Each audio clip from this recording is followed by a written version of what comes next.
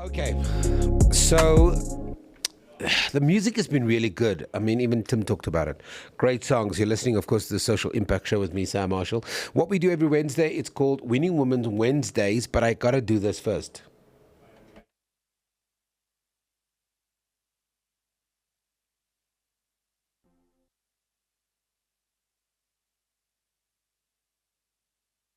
Okay, that's when the gremlins don't want to do what you want them to do. I'm trying to get it. Let's try it again. It's Winning Women Wednesday, celebrating women who rise, lead, and inspire.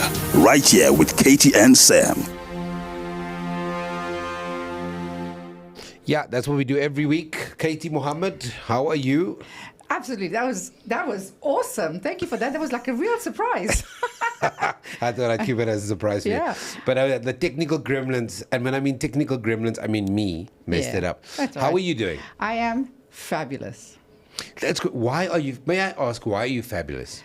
I said, after you do life audit, you start living your best life for yourself. You get up every day and yesterday I put on my group chat and I got up and I said, I am in love.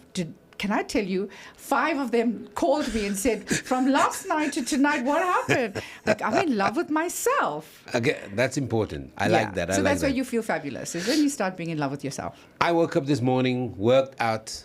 I think for the entire hour while I got my kids' lunch ready for school, we were just playing music and dancing in the house. Well, that's good. And I thought that was what a great way to start. And then I sent them off and I said, go and have an amazing day, boys. Yeah.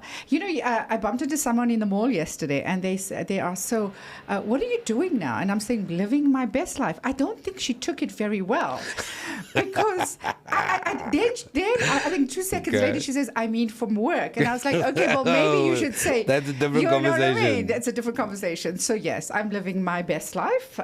So yes, every week we talk about how do we celebrate, uplift, empower each other because when women win, we all win. 100%. And this week, so last week we had this great conversation around your pack, what the dynamics of a pack, how it works, the intricacies in terms of developing your own pack if you don't have that skill. What are we doing this week? Well, from that, and I think from the attitude change that I am living my best life, as I said, is that people often stop and say, like, you look so confident. And so we often think of confidence that's something you either have or you don't have. But the truth is it's not in your DNA. And that's what we want to talk about today, is that confidence is not a personality, it's a practice. Right? It's like any ritual that you have to do every day. It's a practice. So basically, we are going to dive into the myth of confidence and how do we cultivate being courageous step by step, 1 minute at a time. Okay. So we're going to debunk the myth that confidence is a skill. Okay. Right? Because people are like, oh, is it a skill? It's, it's actually actionable. If you think about it, like most things in life, it's actionable. So if you look at... and I've got a question for you once we get through it, because you've made me think of something. I want to ask you a question, but let's go. But if you look at some people, you just think that they are born confident, that it's in their bloodstream.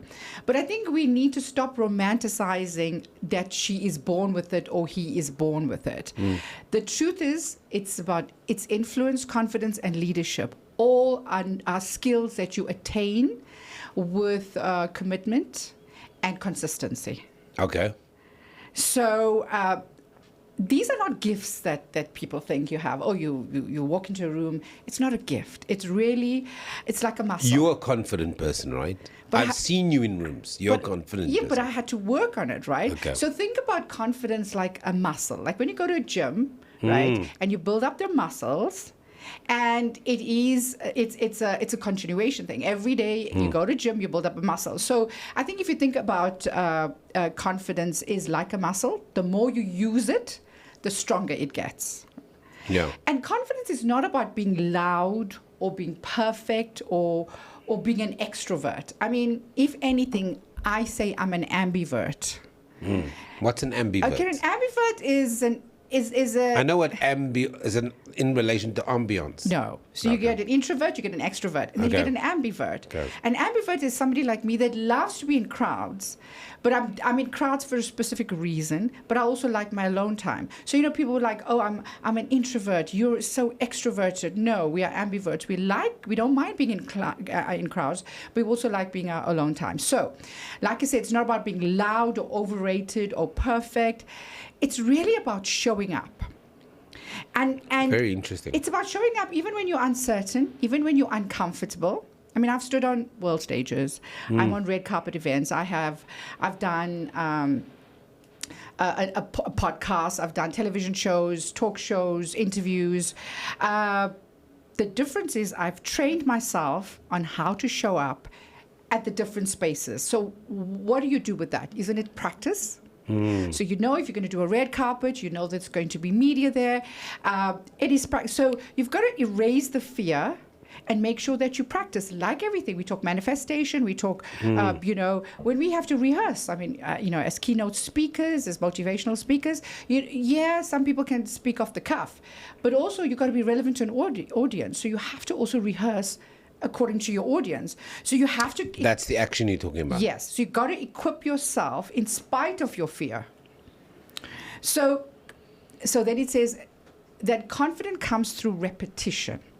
Like you have to study when you're in school, you study when you're at university, you study, it's repetition. That makes perfect sense to me. Right? So the first time you speak in a meeting, right? You're a bit nervous. The second time, you've got to challenge yourself. You've got to challenge the status quo. So by the 10th time, even though internally your inner critic is saying, I can't do this, you're like, your mind has got its repetition. So it's already here in your brain. All you have to do now is to kind of choose courage over comfort. You've got to be willing to step out of your comfort zone. Yeah. And just for people that were wondering about that ambivert that you claimed, as you said, it's right. It's between introvert, extrovert. And it was popularized in the 1940s. So it goes way back. Okay. So it's not a new... So just in case you thought that... it's a made-up word that I usually do.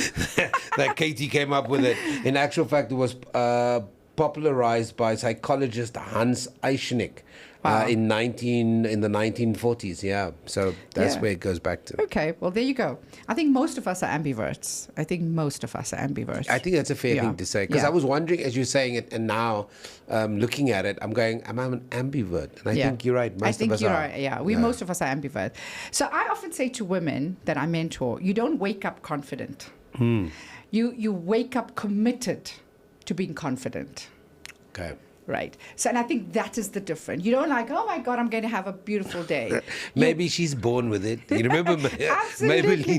They must change that. It's not she's born with it. She's committed to doing a beauty routine. So you've got to be committed to say, okay, well, if I say I'm going to have a beautiful day and I just lie in bed and go onto TikTok, whatever. No, you got to get up. You got to get out. You got to go to the gym. You got to action. You got to action. And that for me is, you got to be committed to your growth. You got to be committed to your courage. You got to be committed to being prepared for the world, right? So confidence doesn't come from waiting to feel ready. It comes from deciding to begin to be ready, to begin. So it's not like, oh my God, I'm going to get there. No, you got to, it's about action. So if you're waiting to feel confident before you never move, going to happen. Don't, Yeah. right? So you got to start where you are. You got to speak up anywhere. You got to show up anywhere. And I'm talking about whether it's business, whether you're in a boardroom. And confidence isn't who you are. Confidence is what you do consistently, right? And over time, as anything we talk about, practice becomes presence. Yeah. So we got to constantly, how many times have you heard this, or I've heard it, where people say she's naturally confident? Yeah, because I think often that is said when it looks effortless. People don't understand the amount of work you have to do to come across as somebody who's considered to be naturally confident. But I think it is often, that old saying, when people make things look easy, then almost everybody thinks they can do it. But that's not the case just because you make it look easy. And that's the problem. But you make it look easy because of the rehearsal, because Yeah. of the preparation that you Yeah. do. But I think we've got to rewrite that narrative, because confidence is not a personality trait; it's a decision. I I agree with you on that one. It's an ick that the people that say, "Oh, I'm not like as confident as you." What are you doing about it? And I mean, I'm not as confident as you. Because I think what you're saying, Katie, is confidence operates exactly the same way that you choose to put on something. You need to make a choice that is something that you want to attain. And it could be that if you are, let's say, you're not a confident speaker, you will go and join an organization that will teach you that skill. Absolutely. And so it is something inherently that can be taught to anybody. Yeah, I mean, we also think about you doing media training for people in corporate, right? And that is also about confidence. So when they're out there, they're confident enough to be able to handle themselves. And I think people forget how training is so important. Yeah. Coaching yourself, training yourself, and goes back to gym, going back to anything else. So it's a daily choice. Despite the fear that you have, whether it's fear of crowds, fear of your boss, fear of getting into a boardroom, fear of what your client might say in a meeting, even when your voice shakes, remember, nobody knows that you are not confident or you don't feel confident, because that is internal. So even if you're shaking inside, nobody knows that unless you start baffling and you start feeling, then people were like, oh, well, she's not too sure of herself. Yeah. So if you think about it, if you take a meeting, if you're pitching an idea, and if you enter a room, even if you feel that you don't belong there, you must also think, I don't belong here yet. Yeah. Can I ask you, you said something, you don't belong there, and I just wanted to touch on something. Often, and I've heard this in the last year or two more than I've ever heard it before, imposter syndrome. Yeah. If you're suffering from that, can that have an impact on your confidence? Absolutely. And we will have a show on imposter syndrome, because it's about your self-esteem. It's not about that you're lacking technical skills.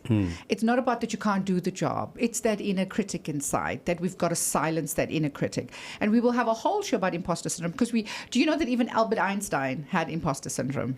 Yeah. So it goes back to, a whole scientist had imposter syndrome. Maya Angelou, after 13 books, had imposter syndrome. I've heard that too. So I think for me, it's you don't need to be fearless to be confident. You just need, again, like you said, action things anyway. So like you say, I walk into a room and I'm confident. I didn't inherit confidence. I practice it. From pitching ideas to the boardrooms to hosting large-scale events. Like I said, my talk show, my red carpets, podcasts, my voice didn't always come easily. I had to train myself. I still train myself now.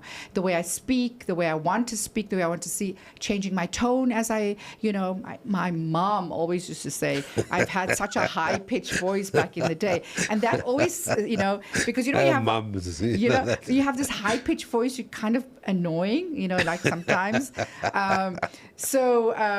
So you learned a tone of voice, right? Yeah. It's not about what you say, it's about how you say it as well. So you learn about the choice. But the one thing I know, that every yes that I received, I gave myself that brick of foundation to build my confidence. I like that, every yes. So we always think and often think about the no. And every yes I got, I was like, yes. So that helps. Validates you a little bit Absolutely. more. And that adds, as you said, one more brick into that conversation. Yeah, that's important. About yourself, to yourself. Yeah. So think about Serena Williams. She wasn't born with this champion trophy in her hand. She practiced every single day. And that is now what we call powerful presence. I mean, Serena walks into a room. You literally look at her as an idol, as a legend, as an icon. So, but that is discipline wrapped in confidence. That's right? true. And actually, the one other thing is it's topped with clarity, because she knows her value, her worth, her skill Absolutely. set. She understands the position she holds in the room. Yeah, so that's discipline wrapped in confidence, topped with clarity. So again, you have to ask yourself, what are you rehearsing today? Because we spend so much time on social media. What are we rehearsing today? And I think that's what I am trying to get to do every That's an single interesting day. question. What are you rehearsing today? What are you rehearsing today? And I would assume that if you're rehearsing something, you've already done the work to identify what it is. Absolutely. I am rehearsing at the moment my rebrand. Okay. You know, again, like you say, like a lot of people say, so confident. I'm like, what does my new rebrand look like? Because I am 55 now. I'm not the same girl I was at 40. What is my new rebrand? So I'm working on my launch, I'm relaunching thing. And I always say this, we need to continue doing that for ourselves, whether it's every 6 months, whether it's every year. Artists call it reinvention. It's actually an evolution. It's not, I don't like the word reinvention. It means that I wasn't great then. It's an evolution. Yeah. Right? So, but here's the truth. Confidence is not genetic. Okay. It's not gifted. Again, we grow it. It's grown. So it's practice like playing the piano. We have to remember running a marathon or public speaking. You get better by doing, not by waiting. You strengthen it through repetition, not revelation. So it's not about being loud, because people think you just have to be loud. How many people do you know that is so confident but is of grace and is soft? I mean, I'm loud. Yeah. Right? But I mean, if you define the types of confidence, there's something called quiet confidence. Yeah.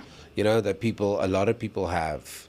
And often you find these people in these rooms are the ones that, not necessarily the loudest or the brightest, but once you engage with them on their subject matter, the stuff they've rehearsed, I mean, they are par excellence. So we call that silent confidence.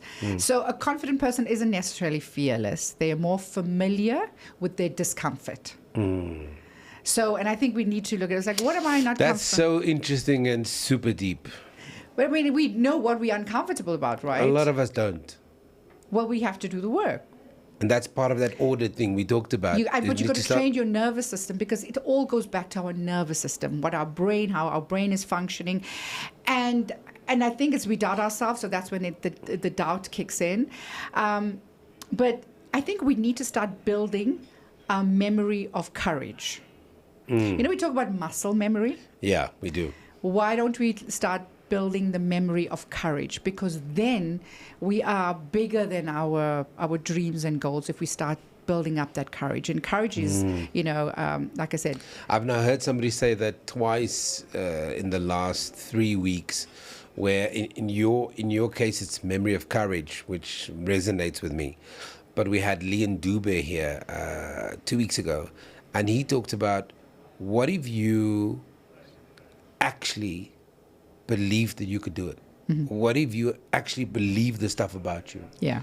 What if you believed the good stuff about you? What would happen in your world if you believed you're a good person, you are capable, you are worth all of it, you must receive? What would happen tomorrow if you switched your brain from I don't deserve that to I do deserve that? It's about self-belief again, right? Yeah. So you're not being confident, you're practicing confidence. So we've got to practice it. It's over time. It really, it literally takes time. So all those incremental little small moment steps builds this place for you to hold space. So what you said early on, so it's confidence doesn't precede action. It follows it. So you first action what you want to do, and then all of a sudden you're confident in it. Right? So that's the one thing. We spoke about training our nervous system. We have to talk about you are not being confident if you walk in a room. I'm practicing my confidence. Wow. Right? You're not being confident. I'm practicing my confidence. So the more I walk into rooms, the more I'm speaking, the more I'm presenting, it's practice. And I think that's what you encourage it. And I like to encourage, especially when you are in corporate, is get the underdogs to speak.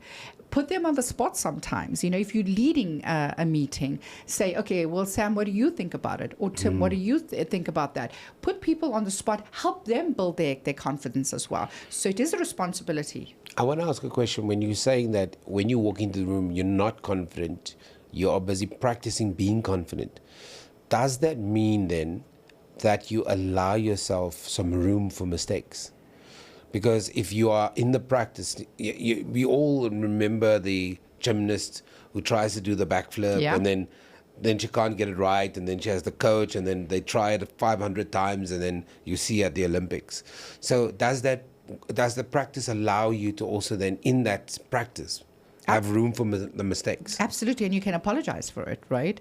And that's the one thing we're afraid of is not apologizing for something. We must be able to say, I'm sorry, I couldn't do this time, but I'll try better next time. That's also part of confidence. And your action is you come back the next time and be better in a meeting, be better in your pitch sessions, be better in your speaking engagements, because then you have to be better. So I think it's that action. We're not perfect. And I think sometimes we look at people, because we always put together, people think of us as the package that's put together.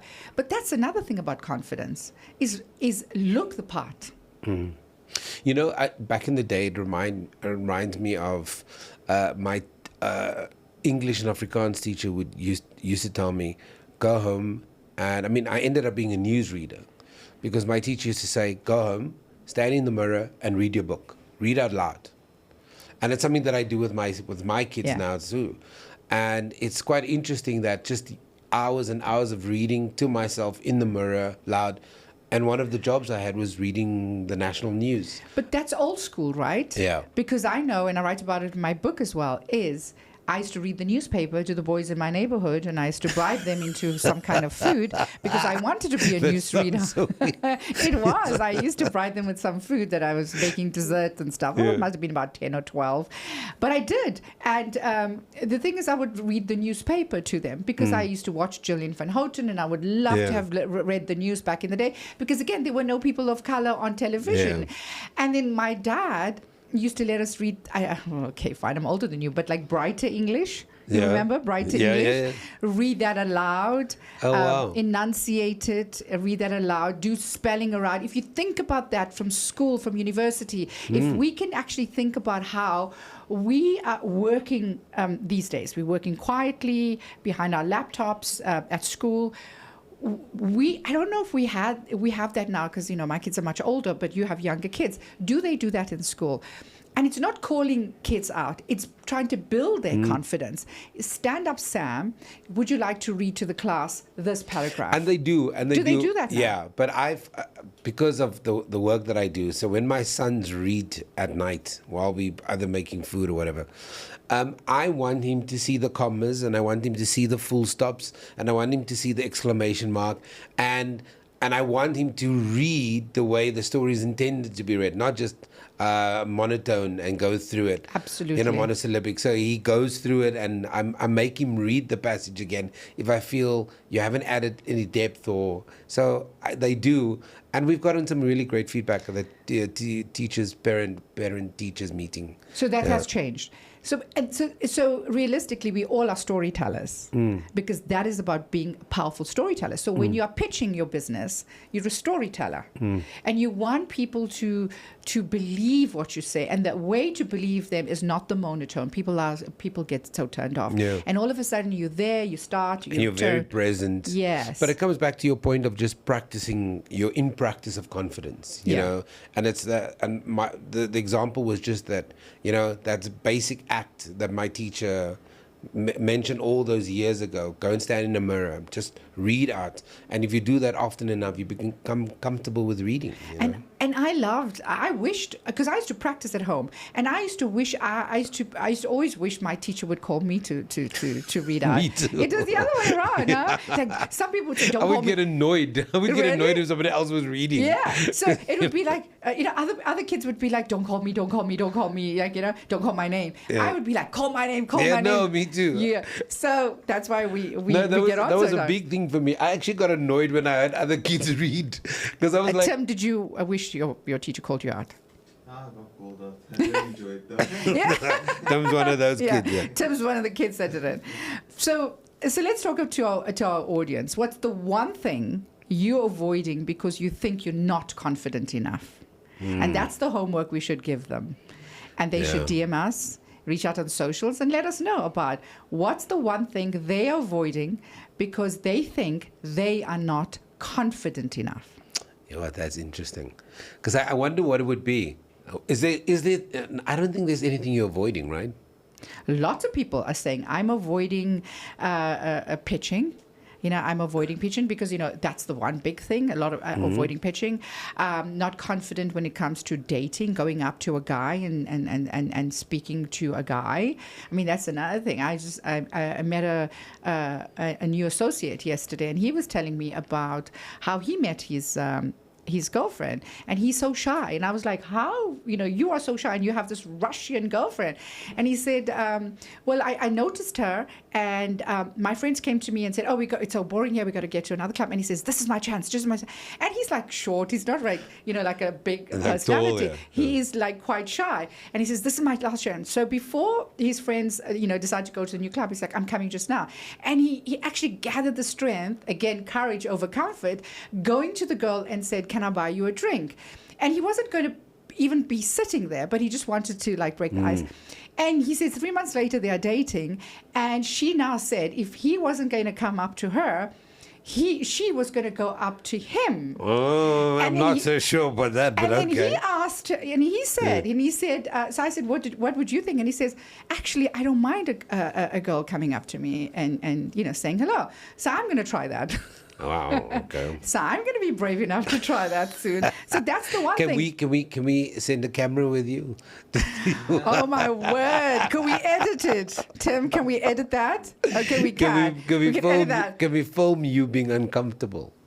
Because that's the one thing that will make me uncomfortable is like going up to a guy and saying, "Oh, I think you're kind of cute." And I don't want to fast digress, but what would be your pickup line? What would be your opening salvo? What would you shoot at that person? Sam, I don't know. I'm going to have to do some research. I'm going to have to practice and let you know. You know what you could do? What? Yes. Okay, you give me ideas all the time. Look, unfortunately, I haven't been in the dating scene, but you can walk up to them and go, look here, so I don't know what to tell you, but AI says that I've got to tell you, you look hot. Okay. So I don't know what to tell you. This is uncomfortable for me, but I Googled, what do you say to a hot guy standing at the bar who you like? That could maybe be an opening line. What do you think? Okay. No, Tim, okay. Tim would Gen fall for Zs it. are always a judge. No, he would fall for it. He would fall for it. Will you fall for that? Yeah, he would. If a really hot girl came up to him and said, Yeah, there you go. The one thing we have to understand is that not all guys think it's a turn off if women come up to you and talk to you. No, we don't. Because I think guys are also shy. We forget that, and we as women think that it's guys think it's a turn off if we go up to them. No, we don't. It's just your behavior after you come up to us. Okay. That determines everything. So if you come up to a guy and you say, for example, whatever the line is, and you end up, and then you turn into Sexy Red or into Cardi B. I think that would be a challenge. But I think the challenge that we face is a lot of guys, including you, Sam, and you as my friend, say we look intimidating. Yes, you do. I might not look intimidating to you because you know me so well, right? But you have often said to me is that I look intimidating, so that is why men won't come up to me. Yes. So if I'm going to wait, I'm going to keep that line in my head, then it's going to be a challenge to kind of be single forever. I'm going to be riding solo for a long time, right? And that might be one of the stuff we're going to talk about. Yeah. As we wrap up, what's the big thing we've got to think about? Okay, so let me leave you with this. Confidence isn't volume, it's consistency. And like I said, you don't need to wake up confident, you wake up committed. The world doesn't need perfect, it needs present, it needs us to be prepared. You don't need to be the loudest, you just need to keep showing up again and again and again. So as I end, confidence isn't who you are, it's what you practice. So show up, speak up, and trust that courage will eventually compound. I love it. And yet again, food for thought. There are things that we are struggling with on our day-to-day that we need a little bit more confidence, but I love this idea that you're not born confident. It's in practice. You're constantly evolving. You're constantly having to work at it. And I assume you are constantly still working at it. Absolutely. Every single day. It's Winning Woman Wednesday.